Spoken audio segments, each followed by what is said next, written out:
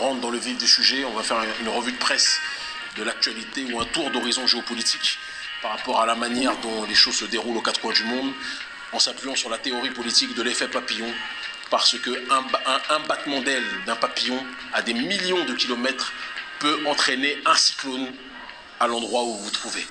Et si vous n'y prenez pas garde, vous ne comprendrez pas que le cyclone que vous vivez est la résultante justement du battement d'aile du papillon que vous aviez ignoré. Et dans le cas d'espèce, le battement d'aile du papillon que vous avez ignoré, que nous avons dans notre globalité ignoré, c'était la situation, et ça c'est une leçon aussi pour l'humanité, d'accord, la situation que connaissait la Chine avec le virus. Et aucun d'entre nous ne fait exception à cela. Du sommet à la base. Mais ceux qui sont au sommet ont le plus de responsabilités parce qu'ils étaient au courant du danger qui nous guettait, nous autres membres des peuples, aux quatre coins du monde. Alors que les peuples, eux, voyaient ce qui se passait et se disaient ça concerne la Chine. Et nous tous, on est passés par là. On a vu la situation que connaissaient les Chinois et on a nuancé, on a pris de la distance en disant « Oh, les pauvres, ils sont soumis à ce problème-là, c'est grave pour eux », mais sans pouvoir imaginer un temps que ça pouvait nous arriver. Ça doit nous faire réfléchir. L'effet papillon. Le battement d'aile à un endroit, sous un angle géopolitique, si vous n'y prenez pas garde, ce battement d'aile peut créer un cyclone chez vous. Et c'est ce qui s'est passé. Vous verrez d'ailleurs, comme on le disait dans la chronique précédente, que les Chinois accusent le gouvernement américain d'être à la base de cette maladie-là, de cette pandémie-là. Le gouvernement chinois déclare que c'est une guerre bactériologique et je vous le dis très clairement, nous sommes très nombreux à croire que cette situation-là n'est pas un hasard. Les Américains, eux, disent que c'est à cause de l'hygiène des Chinois que l'on se retrouve dans cette situation et que donc il y a une pandémie mondiale. Tout le monde n'est pas convaincu de cela. Et je sais qu'on est dans un monde où quand l'Occident dit, l'oligarchie occidentale dit quelque chose, c'est la norme, c'est la vérité. Et quand des non-occidentaux disent quelque chose, là, ça va dans une autre situation et on dit que c'est une théorie du complot. Attention aussi à suivre aveuglement la bêtise des masses médias et de l'oligarchie occidentale. C'est important de le souligner. Donc lorsque cette maladie a atteint la Chine, beaucoup de pays ont été au courant, beaucoup de gouvernements ont été au courant, mais ont méprisé l'information et ont décidé de faire comme si de rien n'était. C'est le cas par exemple du gouvernement français. Et j'en parle parce que parler de la manière dont les autorités européennes ont géré cette crise permettra de comprendre aussi ce qui arrive à l'Afrique et aux Caraïbes de manière générale. D'accord ? Agnès Buzyn, ministre de la Santé, en tout cas membre du gouvernement français, était au courant depuis janvier qu'il y avait un risque de pandémie historique en France et en Europe. Elle en a alerté les autorités françaises, le président français, le gouvernement français, qui a fait comme si de rien n'était. Parce qu'il y avait des réformes à faire, parce qu'il y avait un certain nombre de choses à faire, et parce qu'il y a l'économie à faire tourner, système capitaliste oblige, d'accord ? Et donc, cette situation-là fait aujourd'hui que les autorités françaises ont décidé de mépriser tous les risques qui couraient vis-à-vis de leur propre population.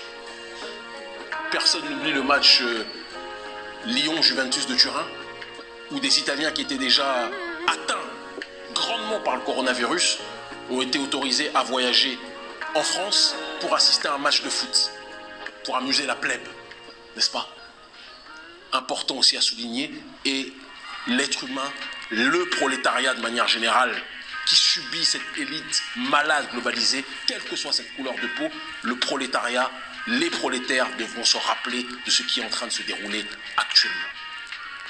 Donc ils ont méprisé l'information, ils ont fait comme si de rien n'était, et aujourd'hui on se retrouve dans une situation où tout le monde fait en sorte de jouer la personne consciencieuse, mais quand les dirigeants étaient au courant, ils ont fait mine de ne rien savoir. Pareil en Angleterre, avec M. Boris Johnson, d'accord, et les autorités anglaises, qui, alors qu'ils savaient que la pandémie allait gagner l'Angleterre, ont déclaré qu'il fallait probablement laisser la population anglaise, le prolétariat anglais, être atteint par le coronavirus et développer des anticorps. Et ils savaient pourtant, en appliquant cette méthode, que bon nombre d'Anglais allaient mourir, quelle que soit leur couleur de peau. Et ça doit nous rappeler aussi, à l'être humain dans sa globalité, aux citoyens dans son ensemble, que dans cette société mondialisée, néolibérale, dictée et dirigée par l'oligarchie occidentale, les élites se moquent en perdre l'esprit, en perdre la raison de leurs concitoyens. C'est très important de le rappeler. Et ce n'est que très tardivement que Boris le mal coiffé, Boris Johnson, d'accord, a finalement déclaré qu'il fallait un état d'urgence et fermer les commerces, etc., etc., etc., alors qu'au départ, il ne disait pas ça. Au départ, il ne disait pas qu'il fallait fermer un certain nombre de lieux publics et tout ce qui s'ensuit. Il disait qu'il fallait que la population puisse être contaminée et développer des anticorps, comme si on parlait d'une vulgaire grippe. Ces gens-là sont des criminels contre l'humanité et il faudra que la population puisse s'en rappeler. Parce que ce qui se passe là avec la crise du coronavirus est, j'ai envie de dire, l'adaptation moderne du cynisme qui a touché les peuples qui ont été les premiers à être agressés par leur globalisme, en l'occurrence des populations qui ont connu l'esclavage, qui ont connu la colonisation, pour le profit de ces gens, pour le profit de l'oligarchie d'Occident, qui eux-mêmes ont sacrifié leur propre population. La manière dont la population est sacrifiée aujourd'hui est la même manière dans un autre ordre d'idées, selon laquelle les peuples premiers ont été opprimés, asphyxiés, assassinés. N'oublions pas non plus d'ailleurs, c'est important de le rappeler, que quand les conquistadors occidentaux sont venus coloniser les Amériques, lorsqu'ils ont rencontré des tribus qu'on appelle de manière impropre amérindiennes, mais les tribus originelles de ces régions-là, ils leur ont donné des couvertures qui étaient remplies de virus. Ça aussi, je vous demande de vous rappeler de ces situations-là, parce que ce n'est pas un hasard ce qui se passe. D'accord ? Ce n'est pas un hasard, ce n'est pas, comme certains noirs fragiles le rappellent, une théorie du complot. Je laisse les gens qui ne veulent pas se poser des questions politiques. Parce que celui qui ne se pose pas de questions va être appelé à revivre les mêmes événements. C'est à cela que sert à la fois l'histoire et à la fois la géopolitique. Beaucoup de tribus indiennes ont été contaminées par des virus qui étaient présents dans les couvertures qui étaient données par ces conquistadors-là. D'accord ? Et c'est comme ça qu'ils ont pu décimer des peuples.